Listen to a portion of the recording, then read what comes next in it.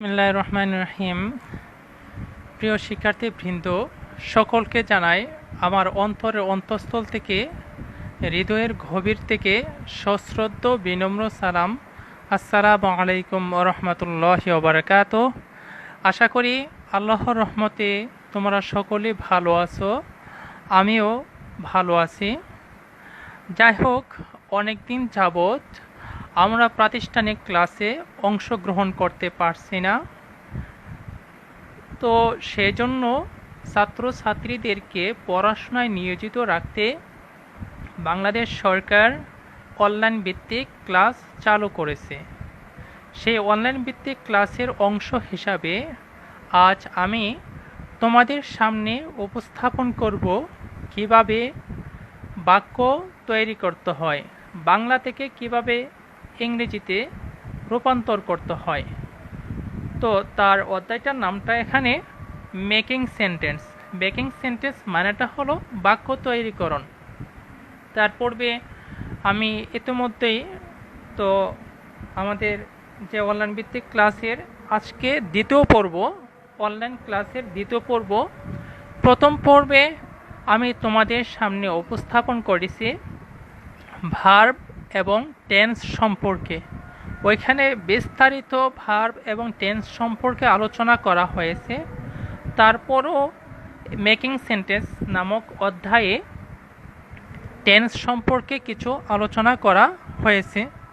যাই হোক, আমি আজকের যে টপিকটা ছিল এখানে মেকিং সেন্টেন্স।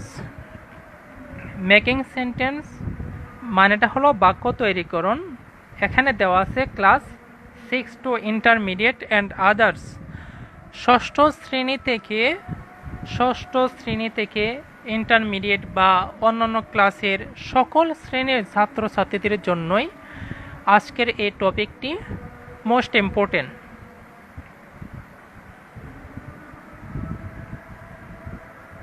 তো আজকের যে আমার একটি চ্যানেল রয়েছে, সেই চ্যানেলে প্রথম পর্বটি দেওয়া আছে ভার্ব এবং টেন্স।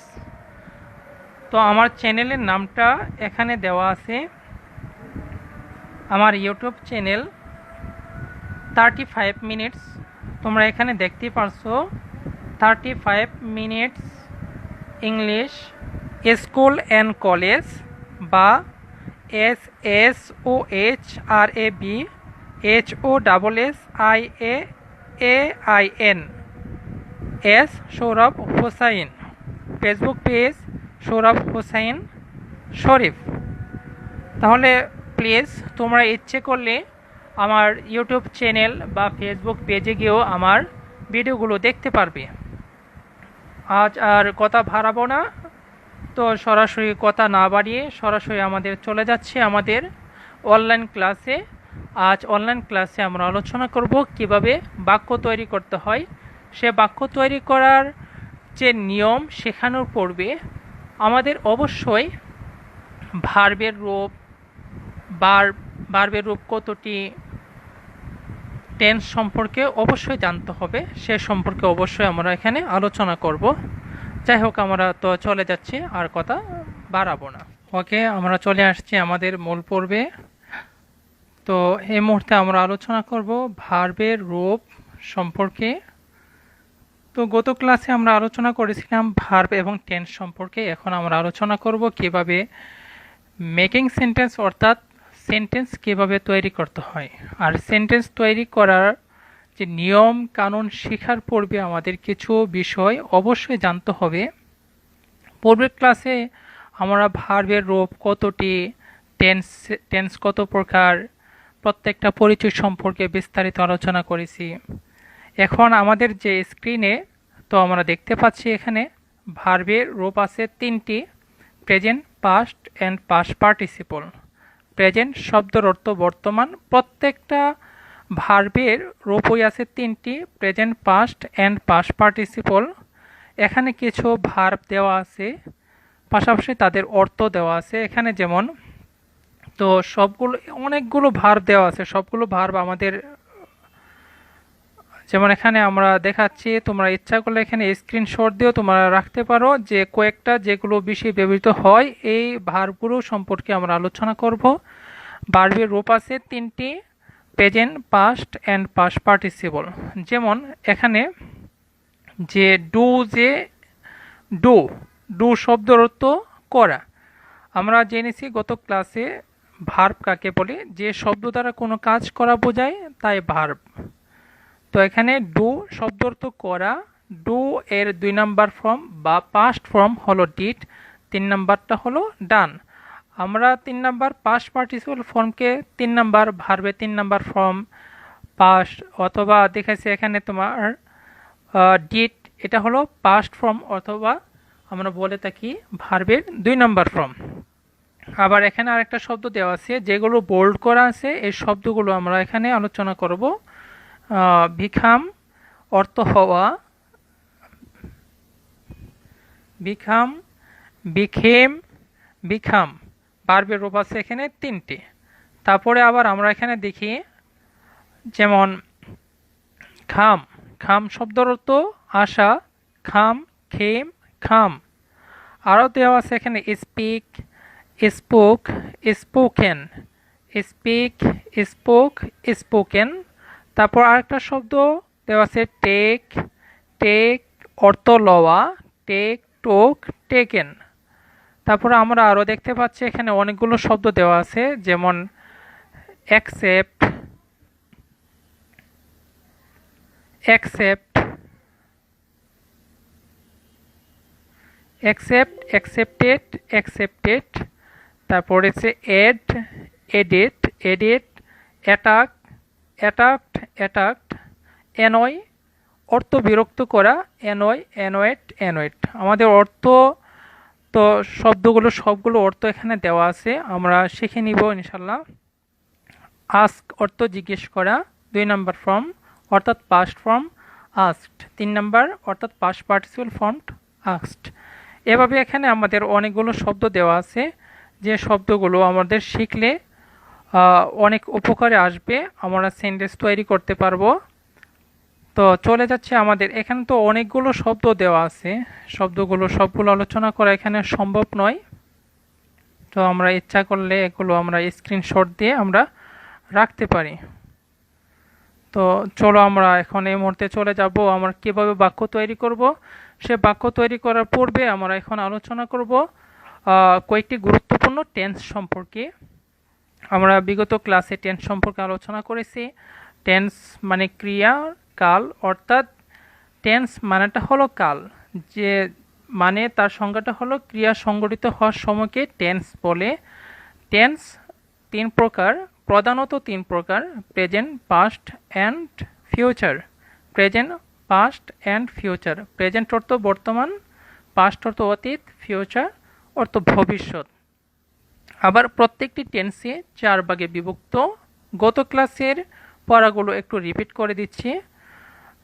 প্রত্যেকটি টেন্সে আবার 4 ভাগে বিভক্ত: indefinite, continuous, perfect, perfect, continuous. তো এখানে আমরা মোট টেন্সের প্রকার মোট দাঁড়াচ্ছে 12টি। তাহলে সবগুলো টেন্স আমরা আলোচনা করব না, যেগুলো বেশি ব্যবহৃত হয়, যে টেন্সগুলো জানা থাকলে আমরা অবশ্যই কিভাবে বাক্য তৈরি করতে হয় বা প্যারাগ্রাফ বা স্টোরি, অর্থাৎ যে কোনো বিষয় কিভাবে নিজ থেকে লিখতে হয় সেই বিষয় সম্পর্কে অবশ্যই আমরা জ্ঞান অর্জন করতে পারবো বা ধারণা নিতে পারবো। তার আগে যে শব্দগুলো আমরা একটু আগে পড়েছিলাম, যে ভার্বের রূপগুলো যে পড়েছিলাম, ডু, ডিড, ডান, এগুলো সম্পর্কে অবশ্যই আমাদের জানতে হবে। যাই হোক, এখন আমরা চলে আসছি তো টেন্স সম্পর্কে। টেন্সের গুরুত্বপূর্ণ কিছু আলোচনা করব। প্রথমে আমরা আলোচনা করব প্রেজেন্ট ইনডিফিনিট টেন্স সম্পর্কে। এখানে দেওয়া আছে প্রেজেন্ট শব্দের অর্থ বর্তমান, ইনডিফিনিট শব্দের অর্থ অনির্দিষ্ট, টেন্স মানেটা হলো কাল। তো এখানে দাঁড়াচ্ছে বর্তমান ও নির্দিষ্ট কাল। তাহলে আমরা এখানে প্রত্যেকটা যে প্রেজেন্ট শব্দ অর্থ বর্তমান, ইনডিফিনিট অর্থ অনির্দিষ্ট, টেন্স অর্থ কাল, এই প্রত্যেকটি ওয়ার্ডের অর্থের অর্থ জানা থাকলে আমরা বুঝতে পারবো যে সেন্টেন্সটি কোন টেন্সে আছে। প্রেজেন্ট শব্দ অর্থ বর্তমান, ইনডিফিনিট অনির্দিষ্ট, টেন্স মানেটা হলো কাল। অর্থাৎ শব্দের অর্থগুলো জেনে আমরা বুঝতে পারছি যে প্রেজেন্ট টেন্স, প্রেজেন্ট ইনডিফিনিট টেন্সটা কি। তাহলে এখানে আমাদের ডিফিনিশন মানেটা সংজ্ঞাটা সম্পর্কে এখানে আলোচনা করি। যে ক্রিয়ার কাজ বর্তমান সময়ে হয় বা হয়ে থাকে তাকে প্রেজেন্ট ইনডিফিনিট টেন্স বলে। তার মানেটা হলো যে ক্রিয়ার কাজ, যেমন আমি পড়ি, আমি খাই, আমি ঘুমাই, আমি শিখি, প্রত্যেকটা যে সেন্টেন্স বা বাক্য আছে প্রত্যেকটা কিন্তু বর্তমানকে ইন্ডিকেট করছে। যেমন আমি খাই, আমি খাই এখানে বর্তমান। আবার যদি বলতাম যে আমি খাইলাম বা আমি খাবো, আমি খাইলাম অতীত, আমি খাবো ভবিষ্যৎ। কিন্তু আমি খাই, আমি পড়ি, সবগুলো বর্তমান। কিন্তু এখানে কি বলতেছে? অনির্দিষ্ট। যে ইনডিফিনিট মানেটা হলো অনির্দিষ্ট। যেমন আমি খাই, কোন নির্দিষ্ট সময় আছে? অফকোর্স নয়, এখানে কোনো নির্দিষ্ট কোনো সময় নেই। সুতরাং যদি কোনো নির্দিষ্ট সময় না থাকে, বর্তমানে অনির্দিষ্টভাবে কোনো কাজ যদি হয়, তাই প্রেজেন্ট ইনডিফিনিট টেন্স। আমি পড়ি, আমি ঘুমাই, আমি খাই, আমি লিখি, তাহলে এখানে কিন্তু কোনো নির্দিষ্ট সময় নেই। যাই হোক, নির্দিষ্ট সময় না থাকার কারণে হয় সেন্টেন্সটি প্রেজেন্ট ইনডিফিনিট টেন্স। তো কিভাবে আমরা চিনব? আমরা তো এখানে দেখি প্রেজেন্ট ইনডিফিনিট টেন্স চিনার উপায়, বাংলা ক্রিয়া শেষে সরাই ও, রস্ব ই, এ, ও, অন্ত্যস্ত ও, দন্তন্য, দন্তস্ব থাকে। তো বিশেষ দ্রষ্টব্য, বাংলা ক্রিয়া, ক্রিয়া মানেটা কি? ক্রিয়া মানেটা হলো ভার্ব, ইংরেজিতে বলে ভার্ব। ভার্ব মানে ক্রিয়া, ক্রিয়া মানেটা হলো কোনো কাজ। বাংলা ক্রিয়া বাক্যের শেষে পাওয়া যায়, কিন্তু ইংরেজিতে ভার্ব সাবজেক্টের পরেই বসে। এখানে কি বলে? বাংলা ক্রিয়া বাক্যের শেষে পাওয়া যায়, কিন্তু ইংরেজিতে ভার্ব সাবজেক্টের পরেই বসে। তাহলে আমরা গঠনটা দেখি এখানে। তো চিনলাম কি? সংজ্ঞাটা চিনলাম যে ক্রিয়ার কাজ বর্তমানে অনির্দিষ্টভাবে হয়, তাই প্রেজেন্ট ইনডিফিনিট টেন্স। চিনার উপায়, বাংলা ক্রিয়ার শেষে সরাই ও, রস্বই, এ, ও, অন্ত্যস্ত, দন্তান্ন, দন্তস্ব থাকে, এদের যে কোনো একটি থাকবে। তারপরে বাংলা ক্রিয়াটা কোথায় পাবো? আমরা বাক্যের শেষে আমরা পাবো, এ নিয়ে একটু পরে আলোচনা করব। তারপর গঠনটা দেখি এখানে। গঠনটা কি? প্রেজেন্ট ইনডিফিনিট টেন্সের গঠনটা কি? প্রথমে সাবজেক্ট। যদি কোনো বাক্য যদি আমরা তৈরি করতে যদি যাই, যে কোনো বাক্য হোক, একটা বাক্য তৈরি করতে চাইলে if you want to make any sentence we must follow the two things, number 1 subject and number 2 verb। অর্থাৎ সাবজেক্ট এবং ভার্ব সম্পর্কে অবশ্যই আমাদের জ্ঞান অর্জন করতে হবে, কারণ কোন সাবজেক্ট এবং ভার্ব ছাড়া কোনো সেন্টেন্স গঠিত হতে পারে না। তার মানেটা হলো একটা সেন্টেন্স গঠন করতে হলে দুটি জিনিসের প্রয়োজন হয়, সাবজেক্ট এবং ভার্ব। তাহলে এখানে আমাদের গঠনটা কি? প্রথমে সাবজেক্ট বসে, তারপরে ভার্ব বসে। ভার্বের কত নাম্বার ফর্ম বসে? আমরা সাধারণত বলে থাকি ভার্বের 1 নাম্বার ফর্ম। তার মানে ভার্বের present form plus object plus extension, মানেটা অতিরিক্ত অংশ যদি থাকে।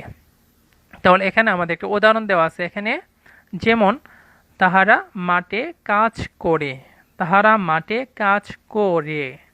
এখানে ভার্ব কোনটা? এখানে দেওয়া আছে যে আমরা কিভাবে বাক্যটা তৈরি করব। প্রথমে সাবজেক্ট, তারপরে ভার্বের 1 নাম্বার ফর্ম। তো তাহারা মাঠে কাজ করে, এখানে সাবজেক্ট কোনটা, ভার্ব কোনটা? তাহলে এখানে আমরা দেখি তাহারা, কে বা কারা দ্বারা প্রশ্ন করলে, কে বা কারা দ্বারা প্রশ্ন করলে সাবজেক্ট পাওয়া যায়। কারা কাজ করে? তাহারা কাজ করে। তো এখানে কাজ করাটা হলো এখানে একটা কাজ, তার মানে একটা ভার্ব। তাহলে সর্বপ্রথমে আমাদের সাবজেক্ট ইউজ করতে হবে। সাবজেক্টটা কি? দে। তারপরে আমরা মাঠ ইউজ করব নাকি কাজ করা ইউজ করব? কারণ ভার্ব কোনটা আমরা কিন্তু খুঁজে, অনেকে কিন্তু আমরা ভুল করি যে ভার্বটা কোথায় থাকে। ভার্বটা বাংলা বাক্যটা যত বড়ই হোক না কেন, একদম শেষের যে শব্দটা আছে ওই শব্দটা দেখে কিন্তু আমরা বুঝতে পারবো ওইটা হলো ভার্ব বা ক্রিয়া। যেমন কাজ করা, এটা একটা কাজ। তাহলে করে, এটা কোন টেন্সে আছে কিভাবে বুঝবো? করে, র একার রে। এই যে একটা আমরা এখানে পড়েছি যে বাংলা ক্রিয়া শেষে সরাই ও, রস্বই, এ, এখানে কিন্তু অনেকে ভুল করতে পারে র একার রে। যদি বলা হয় যে শেষ অক্ষরটা কি, অনেকে কিন্তু ভুল করে বলে শেষ অক্ষরটা হলো 29 র। আসলে না, এখানে র একার রে। আমরা সর্বপ্রথমে কি বললাম, র বললাম, তারপরে কি বললাম, একার বললাম। তার মানে একারটা হলো একদম পরে, র আগে। তার মানে শেষ অক্ষরটা হলো একার, সেজন্য সেন্টেন্সটা হলো প্রেজেন্ট ইনডিফিনিট টেন্স। তো প্রথমে আমরা সাবজেক্টটা বসাই দে, তাহারা, তারপরে যেহেতু ভার্ব চিনলাম, বাংলা বাক্যের শেষেই থাকে ভার্ব বা ক্রিয়া, কাজ করাটা হলো এখানে ভার্ব। দে ওয়ার্ক, কোথায়, ইন দ্য ফিল্ড, এটা অতিরিক্ত অংশ। সে নিয়মিত স্কুলে বা বিদ্যালয়ে যায়। হি গোজ টু স্কুল রেগুলারলি। সর্বপ্রথম এখানে দিকে সাবজেক্ট কোনটা, সে। তারপরে ভার্ব কোথায় থাকে, ভার্ব থাকে একদম বাংলা বাক্যের শেষে যে শব্দটা আছে ওই শব্দটা হলো এখানে ভার্ব, যাই। যাওয়াটা হলো এখানে শেষ শব্দটা কি, যাই। এখানে কি আছে, শেষ শব্দটার মধ্যে কি আছে, 29 ও আছে। তো এখানে আমরা কিন্তু চিনার ওপার মধ্যে পড়েছিলাম অবশ্যই যে 29 ও থাকবে। তাহলে যেহেতু এখানে 29 ও আছে, সেজন্য সেন্টেন্সটা প্রেজেন্ট ইনডিফিনিট টেন্স। সর্বপ্রথমে আমরা সাবজেক্ট ইউজ করি, কে যায়, সে, হি। তারপরে যাওয়া ইংরেজি কি, গোস। যাওয়া ইংলিশটা গো। গোর সাথে ইএস কেন যুক্ত হলো, তাহলে সে আমাদের পার্সন অবশ্যই আলোচনা করেছিলাম 3 প্রকার, first person, second person, third person. যদি সাবজেক্ট যদি থার্ড পার্সন সিঙ্গুলার যদি হয়, third person singular number, third person বলতে যারা এখানে নাই, অনুপস্থিত ব্যক্তি বা বস্তুকে ইন্ডিকেট করে থার্ড পার্সন। হি হলো এখানে থার্ড পার্সন এবং সিঙ্গুলার নাম্বার, সেজন্য আবার সেন্টেন্সটি প্রেজেন্ট ইনডিফিনিট টেন্সও, সেজন্য ভার্বের সাথে এস বা ইএস সংযুক্ত হয়। হি গোজ টু স্কুল রেগুলারলি। তারপরে আবার দেখি, রহিম মাঠে ফুটবল খেলে। রহিম প্রথমে সাবজেক্ট, কে খেলে, রহিম। রহিম তো থার্ড পার্সন সিঙ্গুলার, সেজন্য প্লে, প্লের সাথে কি বসবে, এস। রহিম প্লেস, কি খেলে।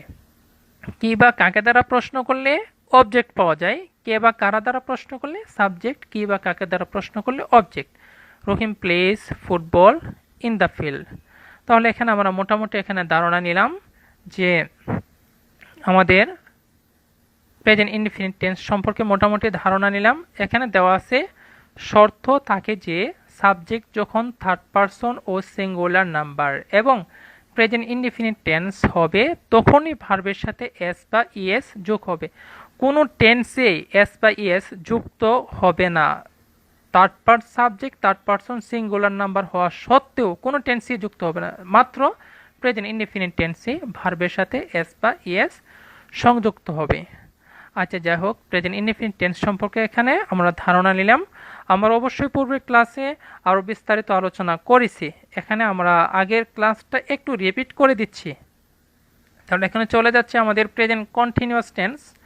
প্রেজেন্ট শব্দের অর্থ বর্তমান, কন্টিনিউ শব্দের অর্থ হলো চলমান।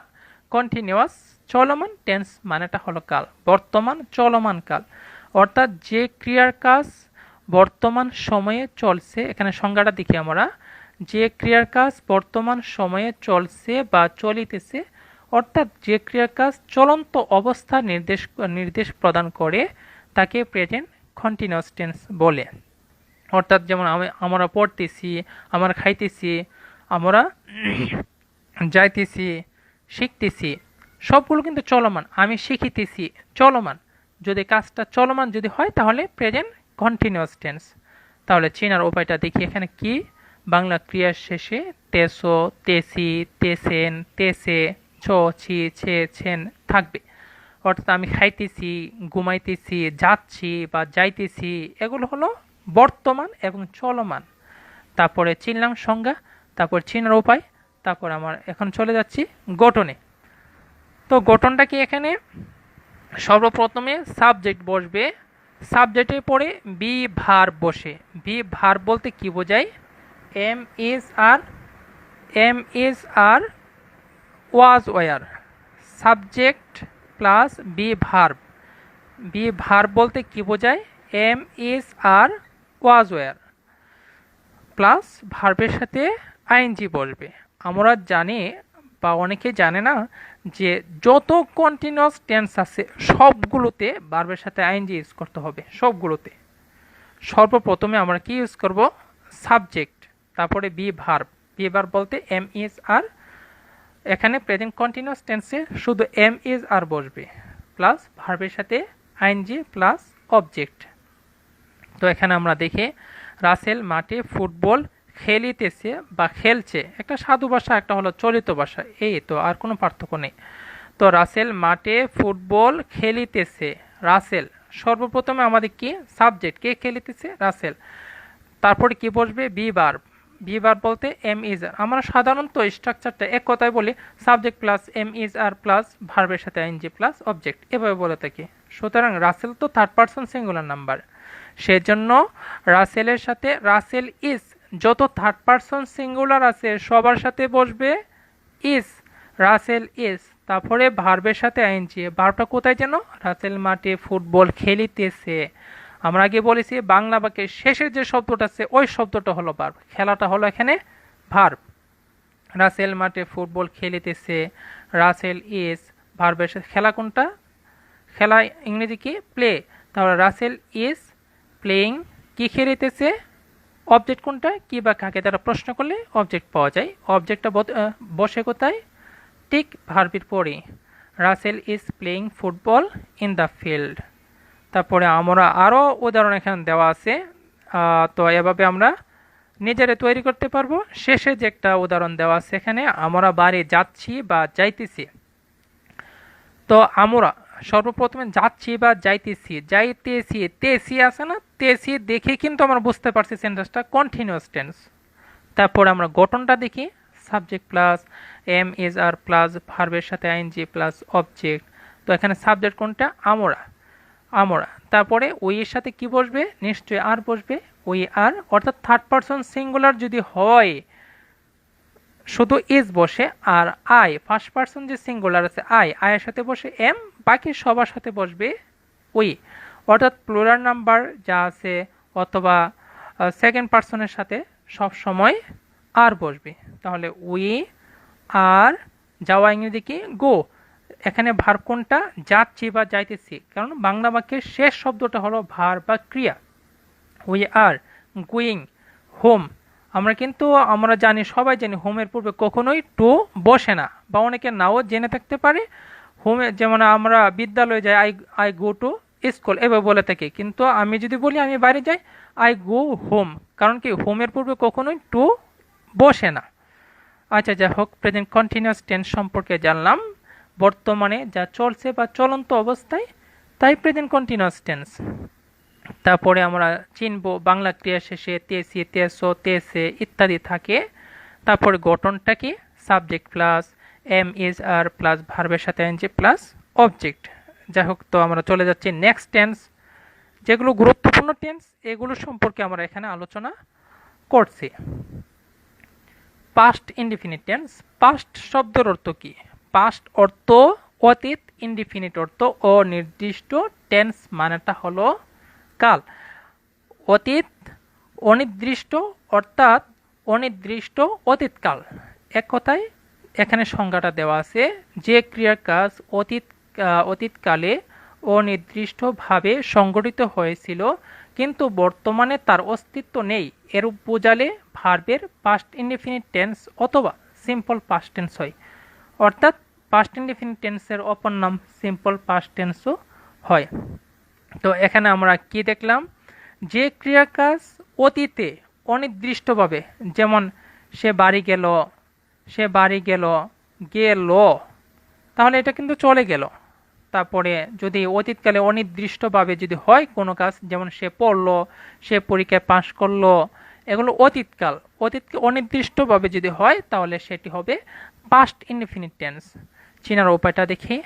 চেনার উপায়, বাংলা ক্রিয়ার শেষে তো, তে, তাম, তেন, তি, লো, লে, লাম, লেন এদের যে কোনো একটি যুক্ত থাকে। তাহলে আমাদের গঠনটা দেখি। এখানে গঠনটা কি, এখানে সাবজেক্ট, সাবজেক্ট প্লাস ভার্বের, ভি বলতে এখানে ভার্ব, ভার্বের পাস্ট ফর্ম অথবা ভিটো, তার মানে ভার্বের 2 number form plus object plus ইত্যাদি ডট ডট ডট ডট, তার মানে এক্সটেনশন মানে অতিরিক্ত অংশ। তাহলে আমাদের প্রেজেন্ট ইনডিফিনিট টেন্সে ছিল সাবজেক্ট প্লাস ভার্ব 1, আর পাস্ট যেহেতু এটা 2 নম্বর ফর্ম, তো তো পাস্ট মানেটা অতীত, তাহলে এখানে 2 নাম্বার ফর্ম ইউজ করবো আমরা, সাবজেক্ট প্লাস ভার্বের 2 নাম্বার ফর্ম প্লাস অবজেক্ট। যেমন রহিম বাজারে গেল। আচ্ছা, আমরা একটু চিন্তা করে কিন্তু আমরা বুঝতে পারি রহিম বাজারে গেল, এটা কিন্তু বর্তমান না। বর্তমান কি হয়? রহিম বাজারে যায়, রহিম বাজারে যায়।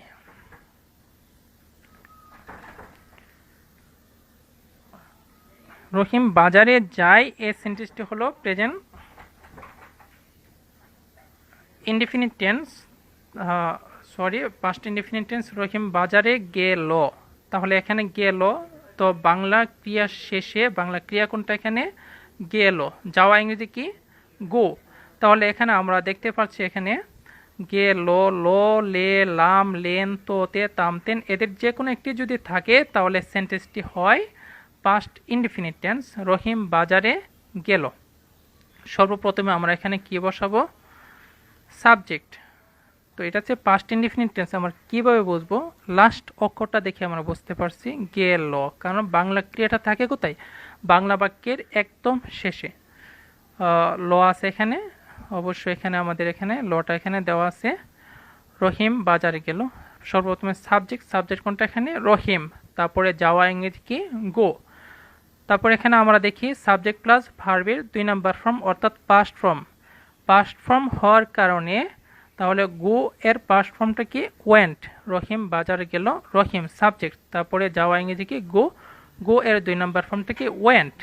রহিম বাজারে গেল, রহিম ওয়েন্ট টু মার্কেট। প্রথমে সাবজেক্ট প্লাস ভার্বের 2 নাম্বার ফর্ম প্লাস অবজেক্ট। আমরা তো এতক্ষণ পড়লাম পাস্ট ইনডিফিনিট টেন্স সম্পর্কে। মানে যে ক্রিয়ার কাজ অতীতকালে শেষ হয়ে গেছে, তার কোনো অস্তিত্ব নেই, তাই পাস্ট ইনডিফিনিট টেন্স। চেনার উপায়টা কি? বাংলা ক্রিয়া শেষে তো, তে, তাম, লেন, লো, লে, লাম, লেন এদের যে কোনো একটি থাকে। তারপরে গঠনটা কি? সাবজেক্ট প্লাস ভার্বের পাস্ট ফর্ম অথবা V2 মানে ভার্বের 2 নাম্বার ফর্ম প্লাস অবজেক্ট। রহিম বাজারে গেল, রহিম বাজারে গেল, ল থাকার কারণে বাক্যের শেষের যে শব্দটি আছে ওই শব্দটা হলো ক্রিয়া বা ভার্ব। সাবজেক্ট কি? রহিম। যাওয়া ইংরেজি কি? গো এর 2 নাম্বার ফর্মটি কি? Went. Rahim went to market. তারপরে চলি আমরা next tense, past continuous tense. Definition. Past অর্থ হলো অতীত, কন্টিনিউয়াস শব্দের অর্থ হলো চলমান, টেন্স মানেটা হলো কাল। অতীতে চলমান কাল অর্থাৎ যে ক্রিয়ার কাজ, এখানে সংজ্ঞাটা দেখি। অতীতকালে কোনো কাজ চলন্ত অবস্থায় ছিল বা চলছিল অথবা হচ্ছিল, এরূপ বোঝালে ভার্বের পাস্ট কন্টিনিউয়াস টেন্স হয়। তার মানে অতীতে যে ক্রিয়ার কাজ চলমান ছিল, মানে শেষ হয় নাই, চলমান ছিল অতীতে, তাই হলো পাস্ট কন্টিনিউয়াস টেন্স। তো চিনার উপায়টা দেখি আমরা। বাংলা ক্রিয়ার শেষে গেছিল, তেছিলি, তেছিলে, তেছিলেন, তেছিলাম, করছিল, করছিলাম, করছিলে, করছিলেন থাকবে। অর্থাৎ আমার খাইতেছিলাম, যাইতেছিলাম, পড়তেছিলাম, আমার ঘুমাচ্ছিলাম, এগুলোই। যেমন আমি পড়িতেছিলাম, এটা কিন্তু অতীতে কিন্তু চলন্ত ছিল, পড়িতেছিলাম, পড়িতেছিলাম বা পড়ছিলাম চলিত ভাষা, আর পড়িতেছিলাম সাধু ভাষা। এটা কোনো আমাদের ফ্যাক্টর না, আমাদের ফ্যাক্টর হলো অতীতে চলমান ছিল কিনা। অতীতে যদি চলমান যদি থাকে তাহলে সেন্টেন্সটা হবে পাস্ট কন্টিনিউয়াস টেন্স। তাহলে আমরা এখানে গঠনটা দেখি। তারপর গঠন কি? সাবজেক্টের পরে কি বসবে? ওয়াজ বা ওয়ার প্লাস ভার্বের সাথে আইএনজি প্লাস অবজেক্ট। আমরা আগে বলেছি যত কন্টিনিউয়াস টেন্স আছে সবগুলোর সাথে ভার্বের সাথে আইএনজি বসবে। তাহলে এখানে সাবজেক্ট প্লাস ওয়াজ বা ওয়ার প্লাস ভার্বের সাথে আইএনজি প্লাস অবজেক্ট। আমরা একটা সেন্টেন্স দেখি এখানে। রহিম বাংলাটা দেখি আগে। রহিম একটি বই পড়িতেছিল, পড়িতেছি যদি বলি তাহলে বর্তমান কন্টিনিউয়াস টেন্স, পড়িতেছি বর্তমান চলিতেছে, আর পড়িতেছিল অতীতে চলমান ছিল। অতীতে চলমান যদি থাকে তাহলে সেন্টেন্সটি হবে ফার্স্ট কন্টিনিউয়াস টেন্স। তাহলে রহিম একটি বই পড়িতেছিল, এখানে সাবজেক্টে এখানে আমরা ভার্বটা চিনি, ভার্ব কোনটা বা ক্রিয়া কোনটা, কাজ কোনটা, এখানে পড়াটা হলো এখানে কাজ। পড়িতে ছিল, পড়া ইংরেজি কি রিড, পড়িতে ছিল এটা অতীতকালে চলমান ছিল, সেজন্য এটা কোন টেন্স হবে আমরা চিনলাম। পড়িতে ছিল থাকলে পাস্ট কন্টিনিউয়াস টেন্স হয়। তারপরে আমরা গঠনটা দেখব, কি গঠন, subject plus was were plus ভার্বের সাথে আইএনজি প্লাস অবজেক্ট। তো সাবজেক্ট কোনটা এখানে রহিম, তারপরে কি বসবে ওয়াজ বা ওয়ার। যদি থার্ড পারসন সিঙ্গুলার যদি হয় subject, third person singular number এবং first person singular number, first person singular বলতে আই, এদের সাথে সবসময় ওয়াজ বসবে, বাকি সবার সাথে ওয়ার বসবে। রহিম ওয়াজ রিডিং, রহিম সর্বপ্রথম সাবজেক্ট, সাবজেক্টের পরে ওয়াজ বা ওয়ার, রহিমের সাথে ওয়াজ বসবে। তারপরে আমাদের ভার্বটা বসাতে হবে, ভার্ব কোনটা পড়িতে ছিল, বাংলা বাক্যের শেষের শব্দটা হলো ভার্ব, পড়া ইংরেজি কি রিড, তাহলে ভার্বের সাথে আইএনজি রিডিং, কি পড়িতে ছিল এ বুক, রহিম ওয়াজ রিডিং এ বুক। তারপর একটি উদাহরণ এখানে দেওয়া আছে, তারা দৃশ্যটি উপভোগ করছিল, তারা দৃশ্যটি উপভোগ করছিল। আমাদের এই যে সেন্টেন্সটা আছে, তারা দৃশ্যটি উপভোগ করছিল, অতীতে চলমান ছিল, তাদের উপভোগ করার কাজটা কিন্তু তখনও শেষ হয় না, চলন্ত অবস্থায় ছিল অতীতে, সেই জন্য সেন্টেন্সটা হলো পাস্ট কন্টিনিউয়াস টেন্স। তো আমরা সাবজেক্টটা দেখি এখানে কে, সাবজেক্টটা হলো তারা, দে। তারপরে আমাদের দের সাথে কি বসবে ওয়াজ বা ওয়ার, শুধু থার্ড পারসন সিঙ্গুলার এবং ফার্স্ট পারসন সিঙ্গুলার সাথে ওয়াজ বসে, বাকি সবার সাথে ওয়ার বসবে। দে, দের সাথে কি বসাবো ওয়ার, দে ওয়ার। উপভোগ করা ইংলিশটা কি যেন enjoy, enjoying, they were enjoying, কি কি কি উপভোগ করছিল দৃশ্যটি, তাহলে দ্য সিনারি, দৃশ্যটি নির্দিষ্ট করে বোঝা দিলে তো দা বসবে, এটা আমরা সবাই জানি। They were enjoying the scenery. চলো আমরা পাস্ট ইনডেফিনিট টেন্সে চলে যাই। পাস্ট ইনডেফিনিট টেন্স শেষ, পাস্ট কন্টিনিউয়াস টেন্সও শেষ, এখন আমাদের চলে আসছি আমরা ফিউচার ইনডেফিনিট টেন্সে। আসলে আমরা বাঙালিরা তো ফিউচার টেন্স অর্থাৎ ভবিষ্যৎকে নিয়েও কিন্তু আমরা চিন্তা করি, সেজন্য আমাদের ফিউচার ইনডেফিনিট টেন্সেরও প্রয়োজন আছে, সেজন্য আমরা এখানে নিয়ে আসছি ফিউচার ইনডেফিনিট টেন্স। বর্তমানকে নিয়ে ভাবার আমরা যারা বাঙালি আছে তাদের কিন্তু খুব কম সময় থাকে, ভবিষ্যতে কি করব, অতীতে কি করেছি সেগুলো নিয়ে কিন্তু আমরা আলোচনা করি।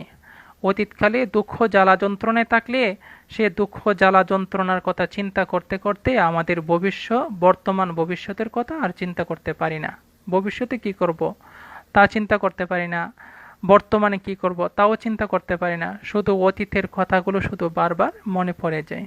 আচ্ছা যা হোক, যেহেতু আমাদের লেখায় চলে আসছে সেজন্য আমরা ফিউচার ইনডেফিনিট টেন্স সম্পর্কে আমরা এখানে আলোচনা করব।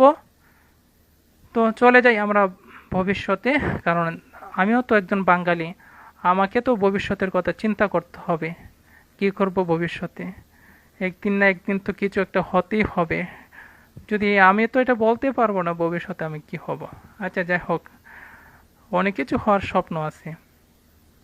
তো চলে যায় আমাদের ফিউচার ইনডেফিনিট টেন্সে। ফিউচার শব্দের অর্থ হলো ভবিষ্যৎ, ইনডেফিনিট শব্দের অর্থ হলো অনির্দিষ্ট, টেন্স মানেটা হলো কাল, তার মানে অনির্দিষ্ট ভবিষ্যৎ কাল। তাহলে আমাদের সংজ্ঞাটার দিকে চলে যাই, সংজ্ঞাটা কি এখানে, ডেফিনিশন শব্দের অর্থ মানে সংজ্ঞা, ডেফিনিশন অর্থ সংজ্ঞা, সংজ্ঞা মানে কি পরিচয়, ভবিষ্যৎকালে অনির্দিষ্টভাবে কোনো কাজ সংঘটিত হবে বোঝালে ভার্বের ফিউচার ইনডেফিনিট টেন্স হয়। যেমন চেনার উপায়, বো, বি, পেন, বা, বে বাংলা ক্রিয়ার শেষে থাকে। বাংলা ক্রিয়ার শেষে যেমন আমি খাবো, আমি ঘুমাবো, আমি একটি স্বপ্ন দেখব, আমি চাকরি করব, এগুলো কিন্তু চাকরি করব, আমি খাবো, ঘুমাবো, বা আমি তার সাথে সাক্ষাৎ করব, এই যে করব এটা কিন্তু বর্তমান না, ভবিষ্যৎ। আবার যদি বলতাম বর্তমান তাহলে আমি তার সাথে সাক্ষাৎ করি, আবার যদি অতীতকে ইন্ডিকেট করে আমি তার সাথে সাক্ষাৎ করলাম, কিন্তু ভবিষ্যৎ যেহেতু আমি করব, ভবিষ্যতে আল্লাহ জান আমার কপাল আছে কিনা তার সাথে সাক্ষাৎ করা। আচ্ছা যাই হোক, তো গঠনটা দেখি এখানে, গঠন সাবজেক্ট প্লাস কি বসবে? সাবজেক্ট প্লাস শেল বা উইল প্লাস মূল ভার্ব প্লাস এক্সটেনশন। তাহলে এখানে আমরা কি, যেমন একটা উদাহরণ দেখি, রহিম বাজারে যাবে। সর্বপ্রথমে সাবজেক্ট বসবে, সাবজেক্টের পরে কি বসবে? শেল বা উইল।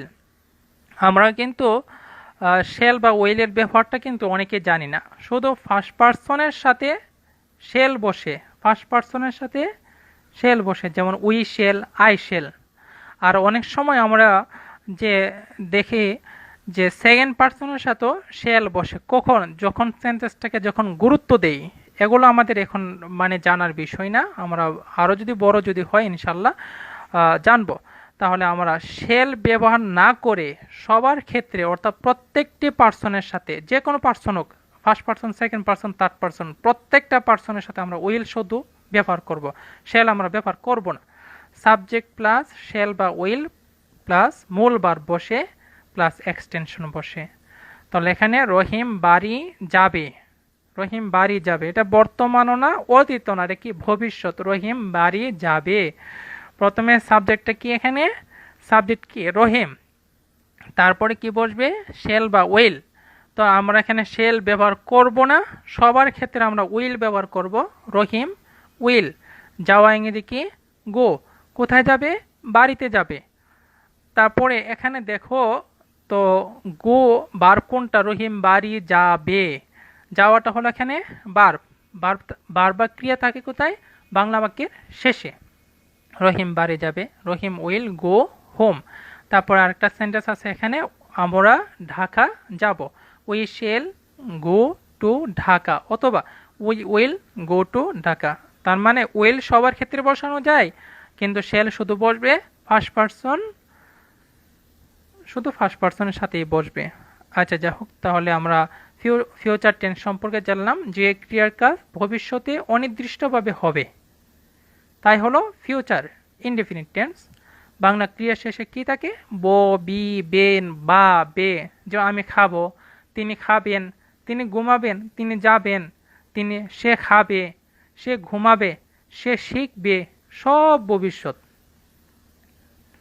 তাহলে আমাদের উদাহরণ তো দিলাম এখানে, রহিম বাড়ি যাবে, রহিম হলো সাবজেক্ট। তারপরে হচ্ছে আমরা শেল বা উইল, গঠন অনুযায়ী শেল বা উইল কোনটা বসবে? আমাদের রহিম যেহেতু থার্ড পার্সন সিঙ্গুলার নাম্বার, শুধু ফার্স্ট পার্সন ব্যতীত সবার ক্ষেত্রে উইল বসবে। আর উইল সকল পার্সনের সাথে বসানো যায়, শুধু ফার্স্ট পার্সনের সাথে শেল বসানো যায়। তো রহিম বাড়ি যাবে, রহিম উইল গো হোম। আমরা ঢাকা যাব, we shall go to Dhaka.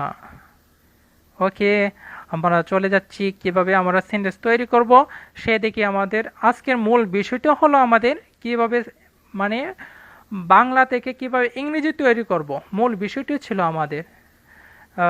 তাহলে বাংলা থেকে ইংরেজি তৈরি করার পূর্বে অবশ্যই, যেহেতু আমাদের টেন্স গুরুত্বপূর্ণ, সেজন্য আমরা একটু আলোচনা করেছি। তো আমরা মুখে যদি আরও কিছু আলোচনা করি, যেমন নাউন সম্পর্কে। নাউন সম্পর্কে আমরা ছোটোবেলা থেকে ক্লাস নার্সারি যখন পড়েছি, ক্লাস নার্সারিতে কিন্তু আমরা জানি নাউন কি, কোনো কিছুর নামকে নাউন বলে। সেটার নামটা হতে পারে, ব্যক্তি হতে পারে, বা বস্তু হতে পারে। যেমন যেমন যেমন সানজিদা বা বা জাহিন বা গালিব, তাহমিদুল ইত্যাদি, যে কোনো নামই হতে পারে। তাহলে আমাদের কিন্তু এটা কোনো ফ্যাক্ট না, দিস ইজ নট ফ্যাক্ট। মানে নামও হতে পারে, বস্তু হতে পারে। যেমন বস্তুটা কি? যা বস্তু কি? যা নড়াচড়া করতে পারে না, যা নড়াচড়া করতে পারে না, যার কোনো প্রাণ নেই, সেই বস্তু। যেমন একটা কলম। কলম কলম কিন্তু একটা নাম, কিন্তু সাধারণ একটা নাম। তা কি নড়াচড়া করতে পারে? তো অবশ্যই না। কিন্তু একটা ব্যক্তি যেমন জাহিন, সে কিন্তু অফকোর্স সে নড়াচড়া করতে পারে। যা নড়াচড়া করতে পারে, যার প্রাণ আছে, সে কিন্তু প্রাণী, অর্থাৎ সেই ব্যক্তি। তাহলে ব্যক্তি বা বস্তু। তো এখানে আমরা আলোচনা করছিলাম কি যেন, নাউন সম্পর্কে। নাউনটা কি? মানে কোনো কিছু নামকে নাউন বলে। আর প্রোনাউনটা কি? নামের পরিবর্তে যা বসে তাই প্রোনাউন। এগুলো আমাদের এখানে নেই, তবু মৌখিকভাবে একটু আলোচনা করছে। প্রোনাউনটা কি? প্রোনাউনটা হলো নামের পরিবর্তে যা বসে তাই প্রোনাউন। যেমন Jahin is a good boy. তো বারবার Jahin is a good boy, Jahin is a student, Jahin goes to school, বারবার কিন্তু আমরা নাম ইউজ করব না, নামের পরিবর্তে যা বসে, যেমন জাহিন যেহেতু একজন ছেলে সেজন্য তার পরিবর্তে বসবে হি। তাহলে জাহিন ইজ এ স্টুডেন্ট, সর্বপ্রথমে আমরা নামটা ইউজ করব, তারপরে তার প্রোনাউনটা। Jahin is a student, he is a good boy, he goes to school regularly, এভাবে আমরা ইউজ করব, অথবা হি গোস টু কলেজ রেগুলারলি। তাহলে নাউনটা জানলাম, প্রোনাউন সম্পর্ক আমরা মোটামুটি ধারণা করলাম। তো এখানে দেখি আমরা ইংরেজি বাক্যে সাবজেক্ট এবং অবজেক্ট, একটা বাক্য যখন আমরা তৈরি করব, কিভাবে কোথায় সাবজেক্ট থাকে এবং অবজেক্ট থাকে সেটা কিভাবে আমরা চিনব, সেটা চলো আমরা এখানে পড়ি। এখানে কি লেখা আছে, সাবজেক্ট কাকে বলে, অবজেক্ট বা কাকে বলে। কোনো বাক্যে যে বা যারা কাজ সম্পাদন করে, কোনো বাক্যে যে বা যারা কাজ সম্পাদন করে, অর্থাৎ কোনো বাক্যের কর্তাকেই সাবজেক্ট বলে। আরও সহজ ভাষায়, যিনি কাজ করে তিনি সাবজেক্ট, যিনি কাজটি সম্পাদন করে তিনি সাবজেক্ট। আবার অপরদিকে কি বলে, কর্তা যা করে, অর্থাৎ কর্তার সম্পাদিত কাজ বা কর্মকেই অবজেক্ট বলে। আমি বই পড়ি বা আমি ফুটবল খেলি, আমি কে খেলে, আমি খেলি, কাজটা ফুটবল খেলা কাজটা কে করতেছে, আমি করি। তারপরে কি করি, আমার কর্মটা কি, ফুটবল, ফুটবলটা হলো আমার কর্ম, এটাই হলো অবজেক্ট। আর কাজটা হলো প্লে, মানে খেলাটা হলো এখানে কাজ। আমি ফুটবল খেলি, এখানে কিন্তু একটা উদাহরণ দেওয়া আছে, আমি মাঠে ফুটবল খেলি, I play football in the field. এখানে কি ব্যাখ্যা দেওয়া আছে আমরা দেখি একটু। এখানে বাক্যটিতে আই কর্তা মানে সাবজেক্ট, কারণ ফুটবল খেলার কাজটি তার দ্বারা সম্পাদিত হচ্ছে। অপরদিকে এখানে কাজ বা কর্ম হলো ফুটবল, তাই ফুটবল এখানে অবজেক্ট, অর্থাৎ যে কাজ করে তিনি সাবজেক্ট, অর্থাৎ আর অপরদিকে যে কাজটি করে ওই কাজটি হলো অবজেক্ট। তাহলে আমরা সহজ ভাষায় চিনলাম, যেমন এখানে আমরা আমি ফুটবল খেলি, আই হলো সাবজেক্ট, আর কর্ম কোনটা, কর্ম মানেটা হলো অবজেক্ট, ফুটবল। কি বা কাকে দ্বারা প্রশ্ন করলে নিচে অবশ্যই হয়তো দেওয়া আছে এখানে। তো এখানে আরো সহজ ভাষায় এখানে দেখি আমরা যে আরো সহজ ভাষায় কে বা কারা দ্বারা প্রশ্ন করলে যে উত্তর পাওয়া যায়, কে বা কারা দ্বারা প্রশ্ন করলে যে উত্তর পাওয়া যায় তাই সাবজেক্ট। অপরদিকে কি বা কাকে দ্বারা প্রশ্ন করলে যে উত্তর পাওয়া যায় তাই অবজেক্ট। যেমন যেমন আই প্লে ফুটবল, কে খেলে, প্রশ্ন করি তো আমি, বা আমরা প্রশ্ন করি কে খেলে, এখানে আমি খেলি, আমি। তো আইটা কি, এখানে আইটা হলো সাবজেক্ট, কি খেলি, ক্রিকেট, ফুটবল, কিন্তু বাক্যতে দেওয়া আছে কি ফুটবল, ফুটবলটা আমার কর্মটা কি, কর্মটা হলো ফুটবল, ফুটবল মানেটা কর্ম মানে হলো অবজেক্ট। কি বা কাকে দ্বারা প্রশ্ন করলে অবজেক্ট পাওয়া যায়, কে বা কারা দ্বারা প্রশ্ন করলে সাবজেক্ট পাওয়া যায়।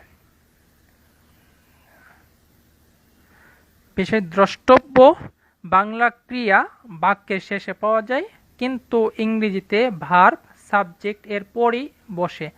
একথা এ সম্পর্কে আমরা একটু আলোচনা করেছিলাম, শুরুতে আমরা আলোচনা করেছিলাম যে বাংলা ক্রিয়াটা থাকে কোথায়। বাংলা বাক্য যত বড়ই হোক না কেন, বাংলা বাক্যের শেষের যে শব্দটা আছে ওইটা হলো ক্রিয়া, আর ইংরেজিতে সাবজেক্টের পরই বসে ক্রিয়া বসে বা ভার্ব বসে।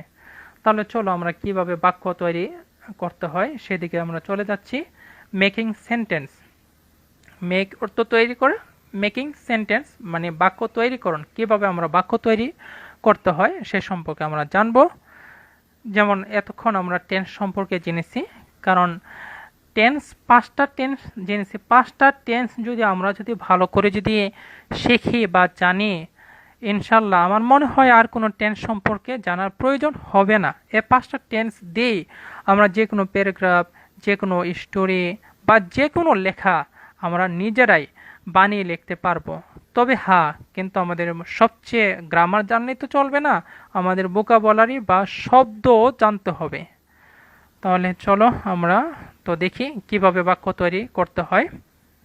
যেমন এখানে প্রথম একটা শব্দ দেওয়া আছে স্পিক, স্পিক শব্দর অর্থ কথা বলা।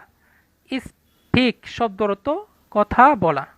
তো আমরা এখানে দেখি পাঁচটা টেন্স যে পড়েছি সেই পাঁচটি টেন্স দিয়ে আমরা এখানে বাক্যগুলো সাজিয়েছি।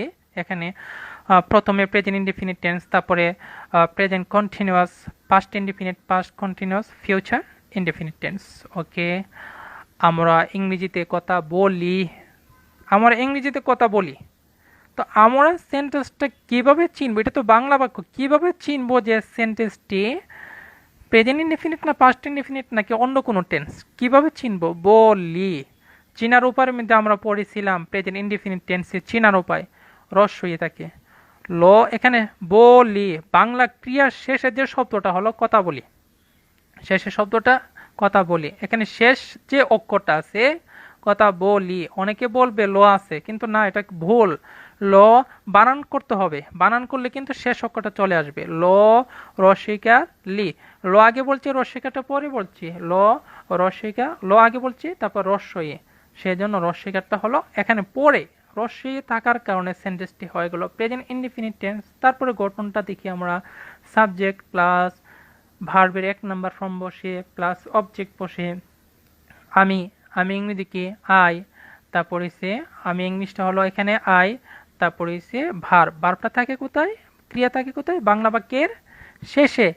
I speak, I speak English, স্পিকটা হলো এখানে ভার্ব, তারপরে ইংলিশটা হলো এখানে অবজেক্ট। আমি কি শিখি? ইংলিশ শিখি, আই স্পিক ইংলিশ। আবার এরকমভাবে আমি ইংরেজিতে কথা বলিতেছি বা বলছি চলিত ভাষা, বলিতেছি সাধু ভাষা, এটা কোনো ফ্যাক্টর না। তাহলে আমি ইংরেজিতে কথা বলিতেছি, বর্তমান চলিতেছে, সেজন্য সেন্টেন্সটি প্রেজেন্ট কন্টিনিউয়াস টেন্স। তো তারপরে গঠনটা দেখি আমরা, গঠন কি? প্রেজেন্ট কন্টিনিউয়াস টেন্সের গঠন আমরা জেনেছি, subject plus am is are plus ভার্বের সাথে আইএনজি। তো প্রথমে আমরা সাবজেক্ট বসাবো আই, আয়ের সাথে কি বসে? এম, আই এম, ভার্বের সাথে আইএনজি। যত কন্টিনিউয়াস আছে সবগুলোর সাথে ভার্বের সাথে আইএনজি বসবে। আই এম স্পিকিং ইংলিশ, আমি ইংরেজিতে কথা বললাম। আগে সেন্টেন্সটা চিনি, কোন টেন্সে যাবে? বললাম। লো লে লাম আছে, লো লে লাম থাকলে বন্ধুরা এটা কোন টেন্স হবে? Of course past indefinite tense.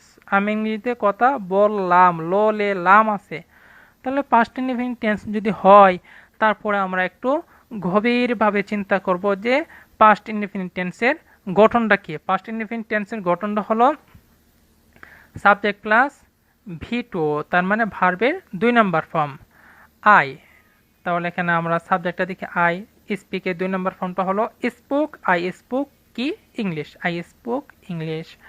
আমরা ইংরেজিতে কথা বলিতেছিলাম বা বলছিলাম। অতীতে আমাদের কাজটি চলমান ছিল, সেজন্য সেন্টেন্সটি পাস্ট কন্টিনিউয়াস টেন্স।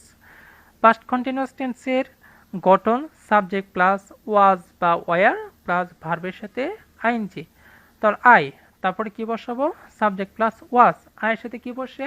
ওয়াজ, তারপরে স্পিকিং ভার্বের সাথে আইএনজি।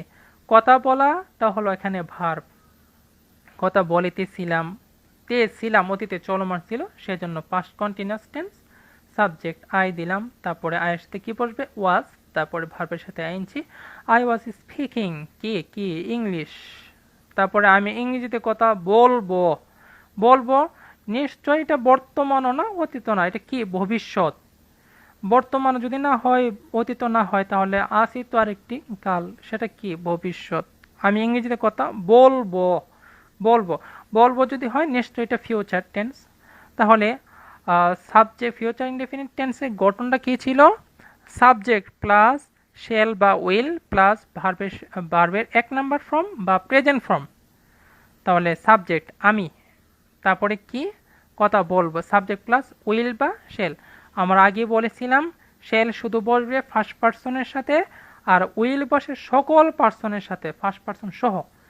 আই উইল, বর্তমানে উইল শব্দটাই, উইল অক্সিলারি ভার্বটা ব্যবহার করাই কিন্তু যুক্তিসঙ্গত। আই উইল স্পিক ইংলিশ, স্পিকের 2 নম্বর ফর্ম বসবে না, সব সময় can, could, may, might, shall, should বা উইল, উড, উইল, এখানে উইল আছে, তাদের মাঝে উইল এখানে আছে, উইলের পরে সবসময় ভার্বের 1 নাম্বার ফর্ম ইউজ করতে হবে, তার মানে ভার্বের প্রেজেন্ট ফর্ম ইউজ করতে হবে। তারপর আমরা দেখি আমরা প্রায় শেষ পর্যায়ে চলে এসেছি। রিড, রিড শব্দর অর্থ পড়া। সে একটি সংবাদপত্র পড়ে। সে ইংরেজি কি? হি বা সি। আমরা যারা পুরুষ আছি, পুরুষের ক্ষেত্রে সবসময় হি বসে, আর নারী যদি হয় নারীর ক্ষেত্রে সবসময় সি বসে। সে, সে এখানে কতজন? একজন, এটা ভাবতে হবে। সে একটি সংবাদপত্র পড়ে, ডোসিনার র একার রে, শেষ অক্ষরটা কি আছে? একার আছে, সেজন্য এটা হলো প্রেজেন্ট ইনডিফিনিট টেন্স। সে একটি সংবাদপত্র পড়ে। সাবজেক্ট, সাবজেক্টের পরে কি বসাতে হবে? ভার্ব, ভার্বে কত নম্বর ফর্ম বসে? 1 number form, present indefinite tense. Subject he, তারপরে রিডস, রিডের সাথে এসটা হলো কেন? সাবজেক্ট যদি থার্ড পারসন সিঙ্গুলার হয় তাহলে ভার্বের সাথে এস বা ইএস সংযুক্ত করতে হয়। কখন? প্রেজেন্ট ইনডিফিনিট টেন্স যদি হয়। He reads a newspaper, newspaper শব্দ অর্থ সংবাদপত্র। সে একটি সংবাদপত্র পড়িতেছে, তেছে প্রেজেন্ট কন্টিনিউয়াস টেন্স। তারপর গঠন দেখি, subject plus am is are plus ভার্বের সাথে ING. He is reading a newspaper. এই যে সে একটি সংবাদপত্র পড়িতেছে বা পড়ছে, শেষ শব্দটা কি? পড়া। পড়াটা হলো এখানে ভার্ব, তাহলে কন্টিনিউয়াস টেন্স হওয়ার কারণে ভার্বের সাথে আইএনজি। তারপরে আমরা দেখি আরো, সে একটি সংবাদপত্র পড়ল, অতীতকাল, পড়ল, ল লে লাম আছে, ল, পড়ল, তাহলে he read a news paper. Read, read, read, present, past and past participle form, তিনটা ফর্ম এক। Read, read, read, he read a news paper. He was reading. তারপর একটা দেখি, সে একটি সংবাদপত্র পড়িতেছিল বা পড়ছিল, অতীতে কাজটা চলমান ছিল।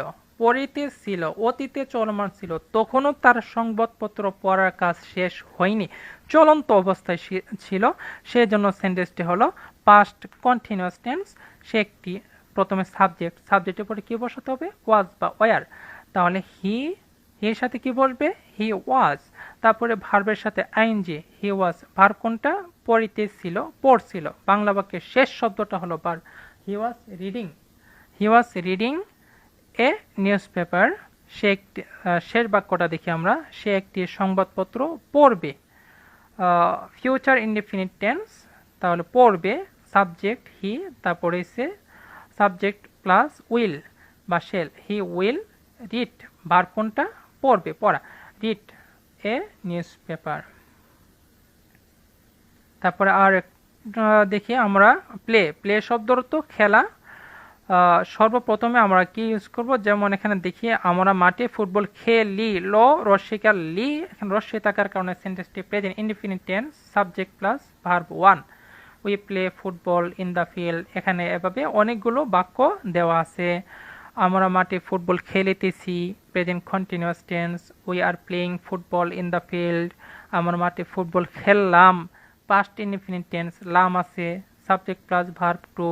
We played football in the field, আমার মাঠে ফুটবল খেলিতেছিলাম, তে ছিলাম, অতীতে চলমান ছিল, সেজন্য past continuous tense. We were playing football in the field, আমরা মাঠে ফুটবল খেলবো, তাহলে এটা হবে ভবিষ্যৎ, অর্থাৎ future indefinite tense. We will play football in the field. তারপরে প্রিয় বন্ধুরা, তো প্রিয় শিক্ষার্থী বন্ধুরা, দেখো এখানে আমাদের সেলফ প্র্যাকটিস এখানে দেওয়া আছে। সেলফ প্র্যাকটিস বলতে নিজে নিজে প্র্যাকটিস, মানে নিজে নিজে করতে হবে। সেন্টেন্সগুলো একটু দেখি, আমরা যে আলোচনা করেছি সেই আলোচনা থেকে নিশ্চয়ই আমরা অফকোর্স আমরা বুঝতে পেরেছি, মানে কিভাবে বাক্য তৈরি করতে হয়, টেন্স সম্পর্কে জেনেছি, বাক্য তৈরি কিভাবে করতে হয় সে সম্পর্কে জেনেছি। তো এখানে আমরা, তো বাক্যগুলো আমরা নিজেরা তৈরি করব। তাহারা বা তারা বাড়ি যায়, কোন টেন্স? সর্বপ্রথমে শেষ যে শব্দটা আছে ওই শব্দটা আমরা খেয়াল করব। যাই, 29 তো ও আছে, সেই জন্য সেন্টেন্সটি প্রেজেন্ট ইনডিফিনিট টেন্স। এভাবে প্রত্যেকটিকে আমাদের চিন্তা করতে হবে, শেষ শব্দটা দিকে আমরা তাকাবো। শেষ শব্দটা কি? শেষ শব্দটার মধ্যে কোনো চিহ্ন আছে কিনা, কোনো টেন্সের চিহ্ন আছে কিনা, কোনো টেন্সের, যে টেন্সের চিহ্নটা আছে ওই টেন্সে আমাদের ইউজ করতে হবে। তারা বা তারা বাড়ি যাইতেছে বা যাচ্ছে, এভাবে সবগুলো আমরা এখানে ইউজ করব। তো শেষ আমাদের প্রায় আজকের মেকিং সেন্টেন্স কিভাবে তৈরি করতে হয়, মেকিং সেন্টেন্সের পর্বটা আমাদের এখানে শেষ। তাহলে আমাদের একদম শুরু থেকে আবার একটু দেখিয়ে দিচ্ছি আমরা।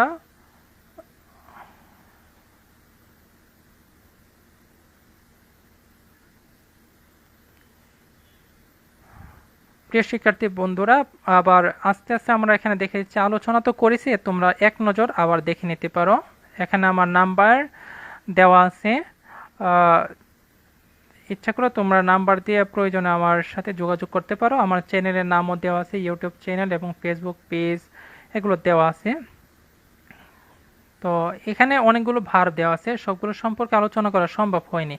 তোমরা ইচ্ছে করলে এগুলো স্ক্রিনশট দিয়ে তোমাদের মোবাইলে বা যে কোনো জায়গায় তোমরা সেভ করে রেখে দিতে পারো। ওকে, যা আলোচনা করেছি পুরোটাই আমরা আস্তে আস্তে টেনে টেনে তোমাদের দেখাচ্ছি।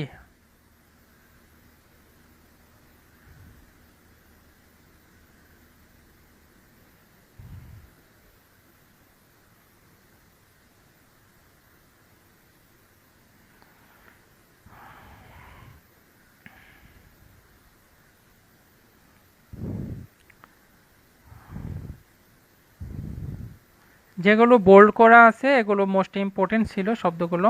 এখানে প্রেজেন্ট ইনডেফিনিট টেন্স, তারপরে এখন চলে আসলাম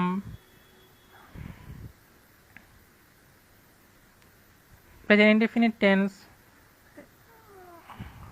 তারপরে আমরা চলে যাচ্ছি আমাদের প্রেজেন্ট কন্টিনিউয়াস টেন্স,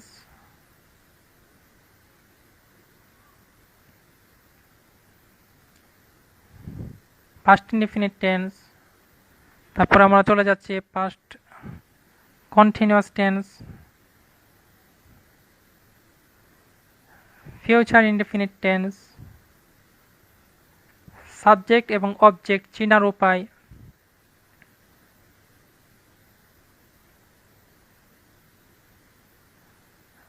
বাংলা বাক্যে ক্রিয়া কোথায় থাকে তার সম্পর্কে জানলাম, বাক্যগুলো কিভাবে তৈরি করতে হয়, বাংলা থেকে ইংরেজি কিভাবে রূপান্তর করতে হয় সে সম্পর্কে আমরা জানলাম। আর আমাদের সেলফ প্র্যাকটিস এখানে দেওয়া আছে, সেলফ প্র্যাকটিসগুলো অবশ্যই তোমরা করবা, চেষ্টা করবা, ইনশাল্লাহ ইনশাল্লাহ অবশ্যই তোমরা পারবে। যাই হোক, আমরা প্রথম পর্বতে ছিল আমাদের ভার্ব এবং টেন্স সম্পর্কে, আমার ইউটিউব চ্যানেল অথবা ফেসবুক পেজে দেওয়া আছে। তৃতীয় পর্বে আমরা আলোচনা করব রাইট ফর্ম অফ ভার্ব সম্পর্কে ইনশাল্লাহ। আমরা সবাই চোখ কান সবগুলো খোলা রাখবেন ইনশাল্লাহ, সবগুলো পাবেন আমাদের ইউটিউব চ্যানেল বা ফেসবুক পেজে পাবেন ইনশাল্লাহ। আল্লাহ হাফেজ। আজকের মতো এখানে তোমাদের বিদায় জানালাম। আল্লাহ হাফেজ।